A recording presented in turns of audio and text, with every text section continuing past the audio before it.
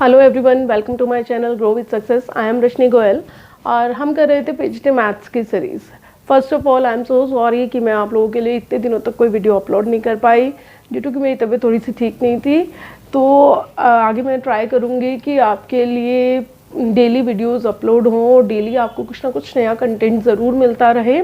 आज हम कर रहे हैं पीजीटी मैथमेटिक्स का प्रैक्टिस सेट, जो कंप्लीट सिलेबस का प्रैक्टिस सेट 1 मैंने चलाया हुआ था, उसी का नेक्स्ट लेक्चर कर लेके आई हूँ मैं आपके लिए, which is very very very important for estate, KVS, NBS, JSSB and all of the exam जहाँ पर भी आपका पीजीटी मैथ्स आता है। इवन टीजीटी वाले भी इन क्वेश्चंस को कर सकते हैं, क्योंकि कई बार पीजीटी के कुछ क्वेश्चंस टीजीटी में भी डाले जाते हैं। तो आइए इसे स्टार्ट करते हैं। इसमें फर्स्ट क्वेश्चन है आपका, if the circle x² + y² is equal to a²। ठीक है, एक सर्कल की इक्वेशन गिवन है आपके पास, x² + y² is equal to a², intersect करती है हाइपरबोला को। हाइपरबोला की भी इक्वेशन गिवन है, xy is equal to c² in 4 points. ठीक है, ध्यान रखिएगा कितने पॉइंट्स पे इंटरसेक्ट कर रही है, 4 पॉइंट पे।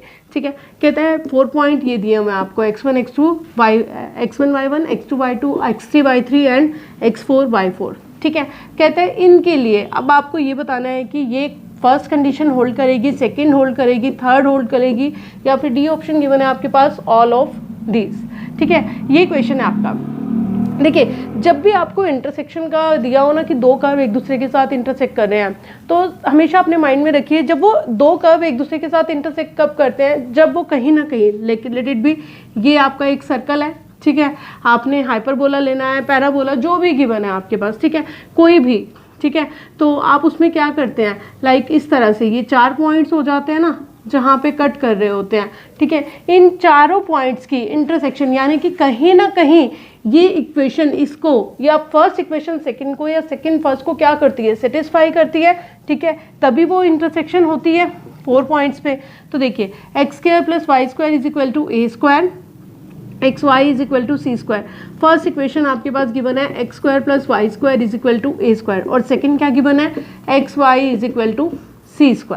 ठीक है, अब यहाँ से आप इक्वेशन से एक की वैल्यू निकाल लीजिए, एक वेरिएबल की, in the terms of other variable. y की निकाल ली आपने x की टर्म्स में, y is equal to c²/x। उठा के y की वैल्यू इसमें पुट कर दीजिए, कितनी हो जाएगी, c²/x का whole square which is equal to a²। ठीक है, अब आप इसे पुट कर लीजिए, इसको सिंप्लीफाई कीजिए, तो कितना हो जाएगा, x² + c4/x² is equal to a²। इधर एलसीएम लिया आपने तो कितना आ गया, x4 + c4 is equals to a²। Simplify कीजिए क्रॉस मल्टीप्लाई करके, x4 + c4 is equals to a² x², ये आ गया। ठीक है, इसको आप इस तरह से भी लिख सकते हैं, x4 - a² x² + c4 is equals to 0। ठीक है, एक इक्वेशन आ गई आपके पास। ये इक्वेशन कैसी है, ये एक बाई क्वाड्रेटिक इक्वेशन है, डिग्री कितनी है इसकी, 4 है। क्वाड्रेटिक की डिग्री क्या रहती है, 2 रहती है, और बाई क्वाड्रेटिक की 4। ठीक है, अब अगर आपको किसी भी बाई क्वाड्रेटिक इक्वेशन का सम ऑफ रूट्स लिखने के लिए कहा जाए, ध्यान से देखिए यहाँ पे क्या गिवन है। आप कहेंगे मैं सम ऑफ रूट्स क्यों ले रही हूँ, आप अपने ना ये जो आपको 2 प्रूव है ना, 4 ऑप्शंस हैं, इनको देख के चला कीजिए। अगर आपको इसके जो आपके पास x में इक्वेशन आई है, वो आपको क्या दे देगी, 4 ये रूट्स दे देगी, 4 वैल्यूज मिलेंगी ना आपको x की, x1 x2 x3 x4। हमने x1 x2 x3 x4 क्यों ली, क्योंकि हमें गिवन ही इसी फॉर्म में है। ठीक है, तो अब आप देखिए इधर क्या गिवन है, ये 4। ठीक है, बेसिकली ये जो 4 वैल्यूज आएंगी, ये क्या होंगे, इस इक्वेशन के रूट्स होंगे 4। ठीक है, अब यहाँ पे अगर इनका देखें तो इनका क्या है, सम ऑफ रूट्स है ना। तो अब आप देखिए x4 - सम ऑफ रूट्स कैसे निकालते हैं एक बाई क्वाड्रेटिक इक्वेशन का, ये आप सभी को पता है कि आप सेकंड जो क्यूब वाली डिग्री होती है, जो कि यहाँ पे क्या है, मिसिंग है, दैट इज कि वो कैसी है, 0 है। क्योंकि सम ऑफ रूट्स बताइए कितना आ जाएगा, ये 0 हो गई ना क्यूबिक वाली, तो क्यूबिक वाली 0 हो जाएगी, तो कितना आ जाएगा, 0। और अगर हम इसके प्रोडक्ट ऑफ रूट्स की बात करें, तो प्रोडक्ट आई थिंक सभी को पता है कि क्या रहता है, जो कांस्टेंट टर्म होती है हमारी। ठीक है, तो वो कितनी आ जाएगी आपकी, c4। डिवाइड में a आता है, जो x4 का कोफिशिएंट होता है वो इधर कितना है, 1 है, तो दैट इज कि 0 और c4। ठीक है, अब आप कहेंगे कि हमें पता चल गया कि ये वाली इक्वेशन ट्रू है, ये ट्रू है, बट ऐसा तो पॉसिबल नहीं है, या तो ऑल ऑफ दीज होगा, या फिर इनमें से कोई एक होनी चाहिए, ऑप्शन यही कहता है ना। तो आप इस इक्वेशन को भी चेक कीजिए कि क्या ये ट्रू है। इसको चेक करने के लिए आप क्या करेंगे, जैसे आपने पहले y को क्या पुट किया था, c²/x। अब आप यहाँ से जो आपका ये गिवन था ना X Y upon C is equal to C square, पहले आपने y की वैल्यू निकाली थी, अब आप यहाँ से निकालिए x की वैल्यू। x की वैल्यू कितनी आ गई आपके पास, सी स्क्वायर अपॉन वाई, ठीक है। फिर से इसी में पुट कीजिए तो ये कितना हो जाएगा, सी स्क्वायर अपॉन वाई का whole square plus Y square is equal to A square. फिर से सिंप्लीफाई कीजिए, C4 over Y square plus Y square is equals to A square. यहाँ पे एलसीएम लीजिए, C4 एलसीएम लेंगे तो कितना हो जाएगा, y4 is equal to A square. Cross multiply करके फिर से सिंप्लीफाई कीजिए, ये आ जाएगा minus A square Y square plus C4 is equals to 0, ठीक है। अब देखिए पहली इक्वेशन हमारी किस में आई थी, x में आई थी, जिसने हमें 4 वैल्यूज दी थी x1, x2, x3 and x4। अब y में इक्वेशन आ रही है तो ये क्या देगी, फिर से अगेन 4 वैल्यूज देगी बट y में, ठीक है। दैट इज कि y1, y2, y3, y4, ठीक है। तो यहाँ से अब आप ये सेकेंड इक्वेशन देखिए, सेकेंड जो आपका ऑप्शन है y1 plus y2 plus y3 plus y4 है ना, क्या आप अब यहाँ से सम ऑफ रूट्स बता सकते हैं, बिल्कुल उसी इक्वेशन की तरह, बिल्कुल आपको इजीली पता चल रहा होगा, सम ऑफ रूट्स ले लें।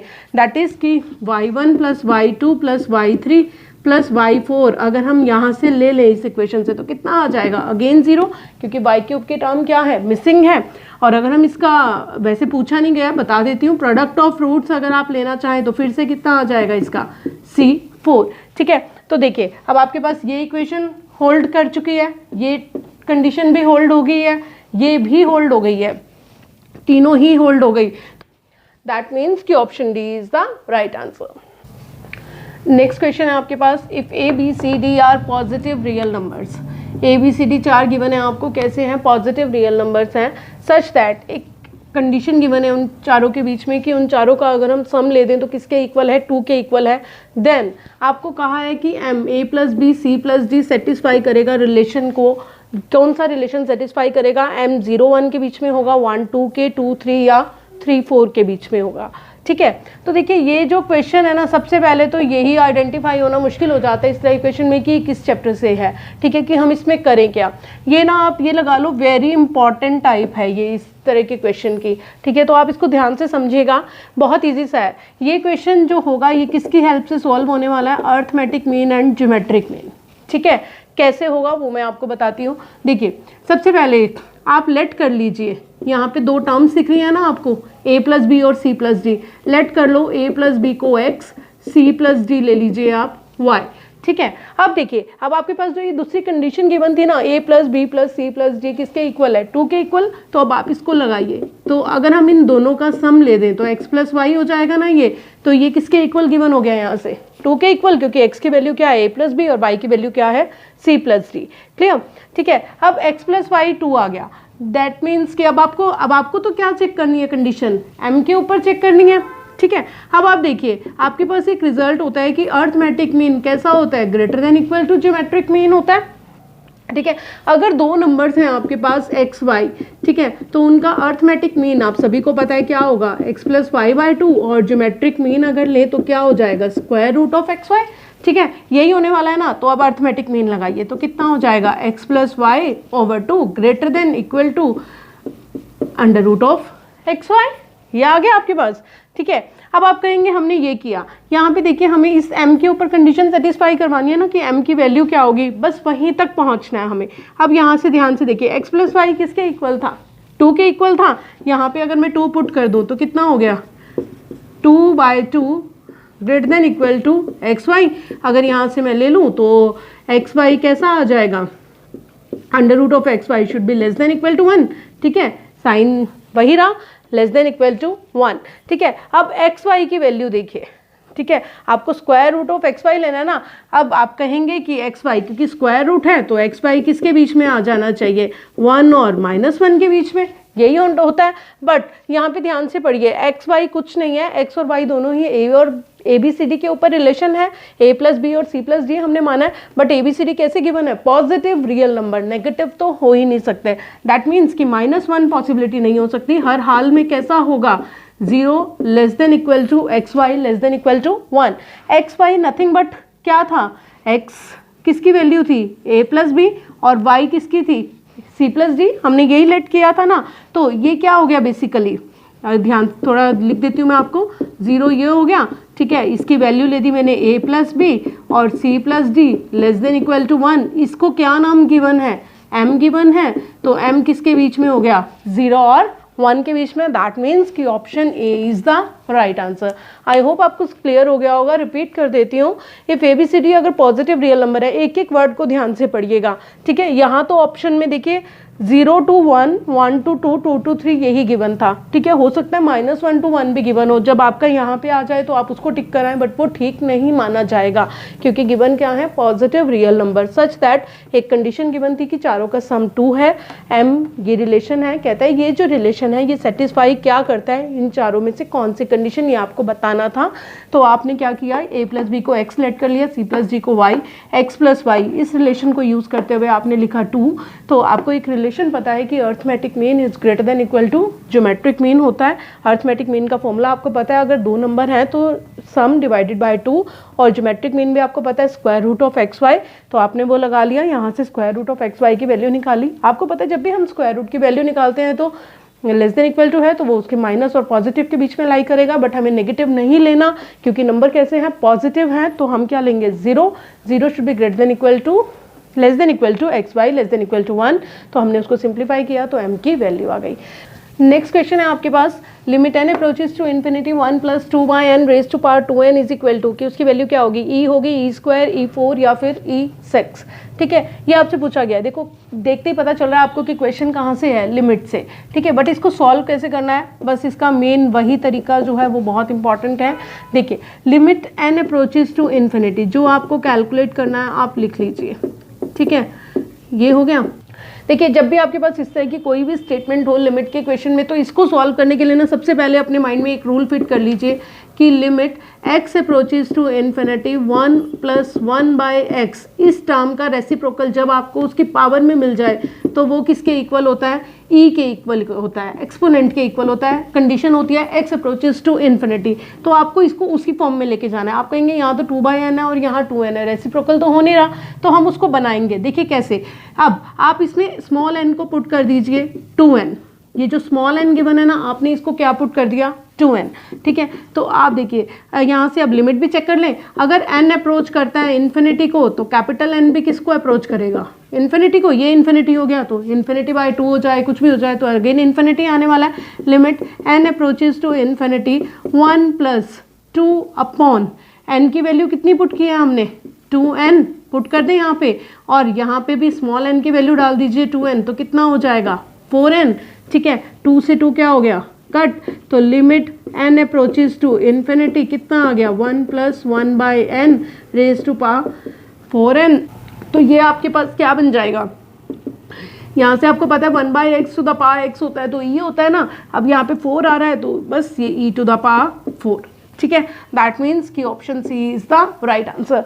इस तरह के क्वेश्चंस आप ज़्यादा से ज़्यादा कीजिएगा, वेरी इंपॉर्टेंट टाइप है जो एग्जाम में जनरली पूछी जाती है। नेक्स्ट क्वेश्चन है आपके पास, in a triangle ABC if A is equal to 2, B is equal to 60 degree and C is equal to 75 degree then B is equal to this, ठीक है। देखो सबसे पहले तो ना एक चीज़ याद रखना कि अगर मान लो कभी भी एक ट्राइंगल गिवन है ABC, आपको पता होना चाहिए A के अपोजिट वाली साइड स्मॉल a लेते हैं हम, B के अपोजिट स्मॉल b, और C एंगल के अपोजिट स्मॉल c, ये आपके माइंड में सेट होना चाहिए, ठीक है। एक दूसरी प्रॉपर्टी, जब भी आपको दो एंगल गिवन हो तो आप थर्ड एंगल कैसे निकालेंगे, A plus B plus C is equal to 180 करके, ठीक है। ये मतलब छोटे छोटे से बेसिक्स हैं जो ना आपको स्टेटमेंट पढ़ते ही माइंड में सेट हो जाने चाहिए कि इस तरह से वो कैलकुलेट होंगे, ठीक है। तो कितना हो जाएगा, इसको इधर लाके सब्ट्रैक्ट कर लीजिए, ये हो गया, ठीक है। तो A की वैल्यू कितनी आ जाएगी आपके पास 45 डिग्री, ठीक है।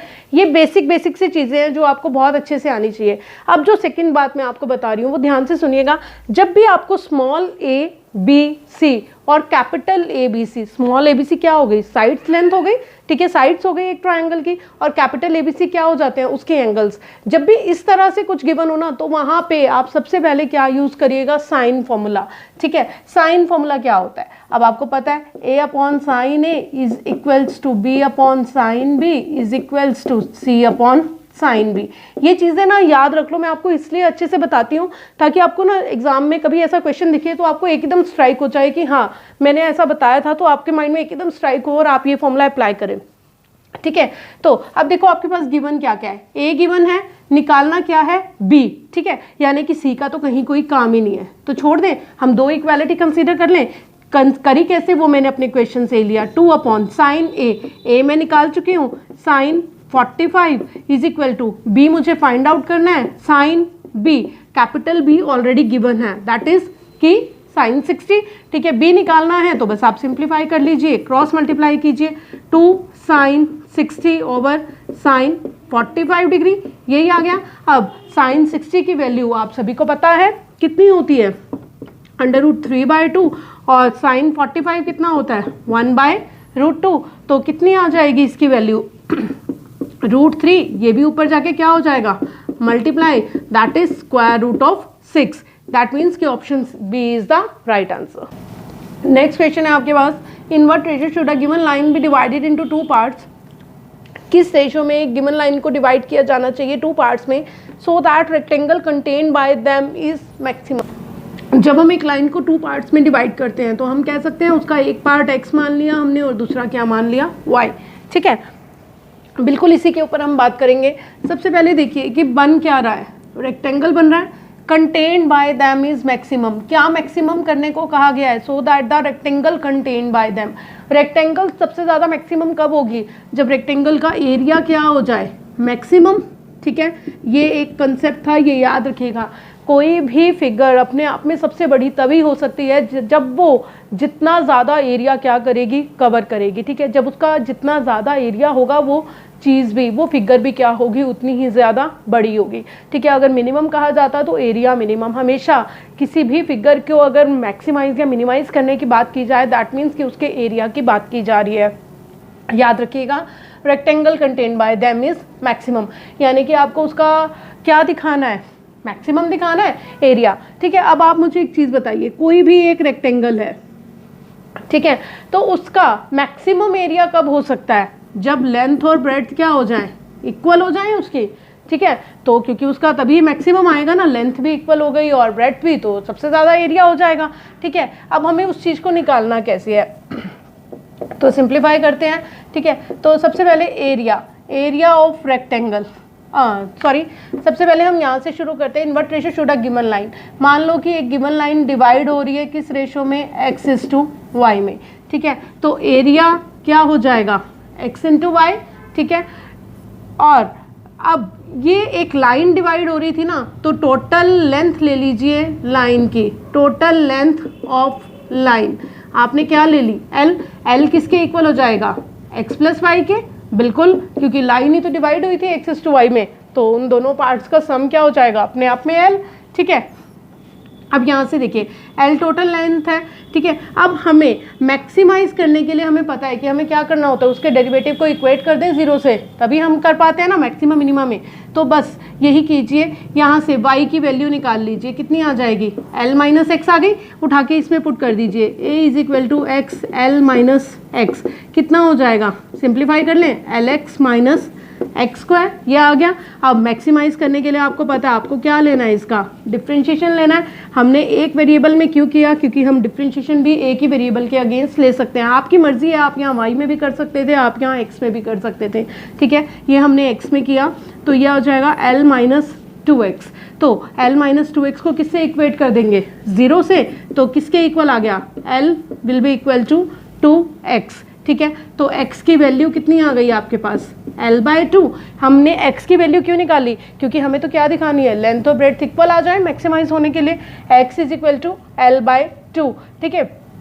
आप इसमें पुट कर दीजिए, x को अगर आप l/2 इस स्टार में पुट कर दीजिए, l किसके इक्वल था, x+y के, x की वैल्यू आपने पुट कर दी l/2, ये आ गया। तो y की वैल्यू भी यहाँ से आप इसको कट करेंगे इधर ले जाके, l - l/2 अगेन कितना आ जाएगा, l/2।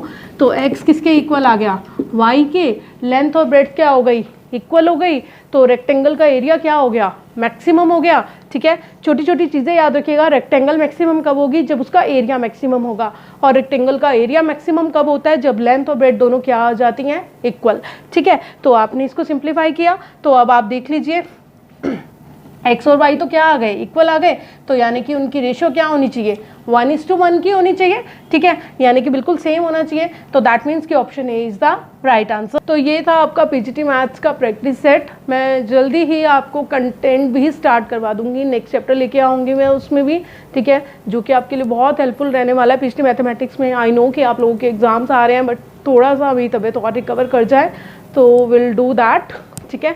तो अगर आपको मेरी वीडियो पसंद आई है तो लाइक कीजिए, वीडियो को शेयर कीजिए अपने फ्रेंड्स के साथ, ज़्यादा से ज़्यादा लोगों के साथ शेयर कीजिए ताकि उनको भी हेल्प मिल सके। और कमेंट्स में लिख के ना ज़रूर बताया कीजिए कि वीडियो कैसी लगी, ठीक है। और thank you and have a nice day.